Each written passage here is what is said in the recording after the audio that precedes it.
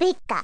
안녕하세요, 피카의 선호입니다. 네, 반갑습니다. 오랜만인 것 같아요. 진짜 요즘에 너무 많이 바빴는데 영상을 오랜만에 또 찍게 됐습니다. 오늘 좀 소개해드릴 내용은 사실 결과적으로는 엔진 오일 관리에 대한 이야기를 좀 하려고 하는데, 어떤 게 문제가 생겨서 저 김선호 대표 왜 또 엔진 오일 얘기하나. 사실 이미 출고된 차고 이 차는 같은 벤츠긴 하지만 어쨌든 벤츠를 갖고 얘기하려다 보니까 우선 이 앞에 쓰게 됐고요. 얼마 전에 이제 벤츠 E클래스 W212 바디 M276 엔진 차량이 입고가 됐습니다. 경고등이 들어온 걸 보니까 이제 캠 어저스트 쪽에서 조절이 안 돼서 생기는 문제로 판단이 됐고요. 그래서 이제 하나씩 뜯어서 확인을 해 보니까 몇 가지가 보이는데, 이쪽에 캠축이 이렇게 다 갉아먹었어요. 캠축이 보면은 얘는 정상이 아니죠. 얘는 캠축이 정상인데 얘가 이제 이 안에 이렇게 베어링 같은 게 이렇게 밑에 깔려 있어요.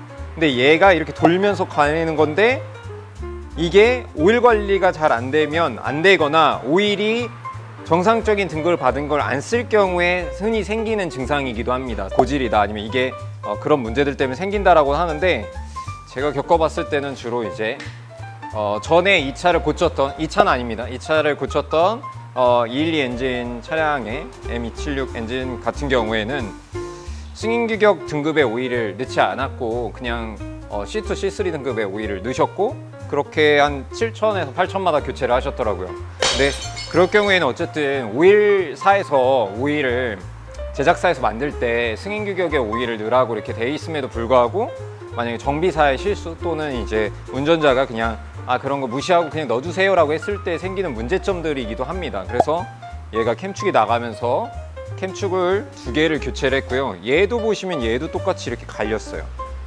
네, 갈렸고 지금 일부 부품은 제가 이제 버리고 나서 이제 안 이렇게 해서 지금 보여드리고 있는데, BMW에서는 바노스 밸브라고 하고요, 바노스라고 하고, 얘는 이제 캠 어저스트라고 하는데, 얘가 보면 안에가 망 같은 게 있어요. 그래서 엔진 오일이 찌꺼기나 이런 걸 들어가지 말라고 이렇게 돼 있는 거거든요.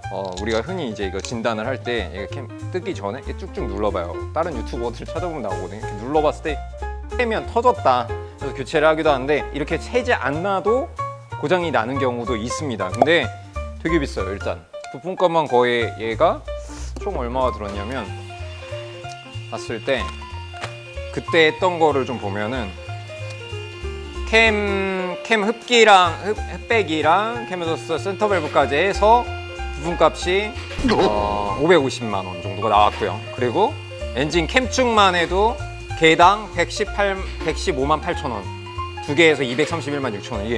이게 100만 원입니다. 이게 우리가 현장에서 우스갯소리로 이거 2개면 냉장고 한 대 사잖아요.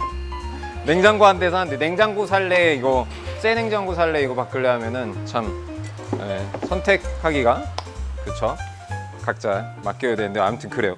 근데 그뿐만 아니라 이제 얘 캠 관련된 이걸 바꾸다 보면은 결국은 이제 캠 마그네틱이라고 해서 이게 4개가 들어가거든요. 6기통이다 보니까 4개가 들어가는데, 이렇게 또 교체를 하게 됩니다.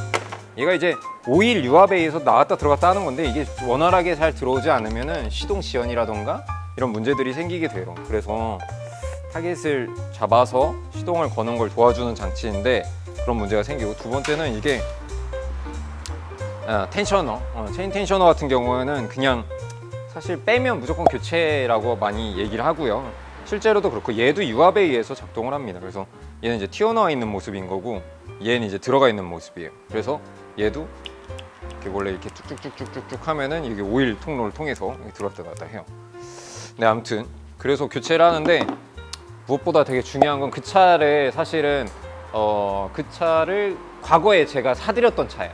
근데 중간에 이제 고객님이 이제 대전까지 내려와서 오일 갈기가 좀 어려워지다 보니까 결국 이제 근처 정비업체에서 오일을 가시다가 오셨죠. 근데 왔는데 어쨌든 경고등도 들어오고 뭐 오일도 누유도 많고 이렇게 일어나가지고, 그래서 누유도 다 정비를 해서 교체해서 올려 보냈는데, 항상 제가 말씀드리지만 내가 신형 BMW 타든 아니면 뭐 신형 벤츠를 타든 아우디 폭스바겐 타든 간에 오일을 선택하실 때는 그냥 가격이나 이런 것만 보지 마시고, 그리고 정 모르겠으면 그냥 센터에서 나오는 그냥 정품 넣으셔도 돼요. 근데 내가 그거보다 좀 더 고성능의 오일을 넣고 싶다라고 하신다면 오일 승인 규격이 또 맞아 들어가는 오일들을 넣으시고, 그리고 예열을 꼭 해주시면서 어느 정도 온도가 오르고 나서 뭐 차량을 운행을 해주시는 것이 좋습니다. 결국은 열과의 싸움입니다. 이거 너무 대부분의 많은 정비사들이 너무 많이 말을 하니까,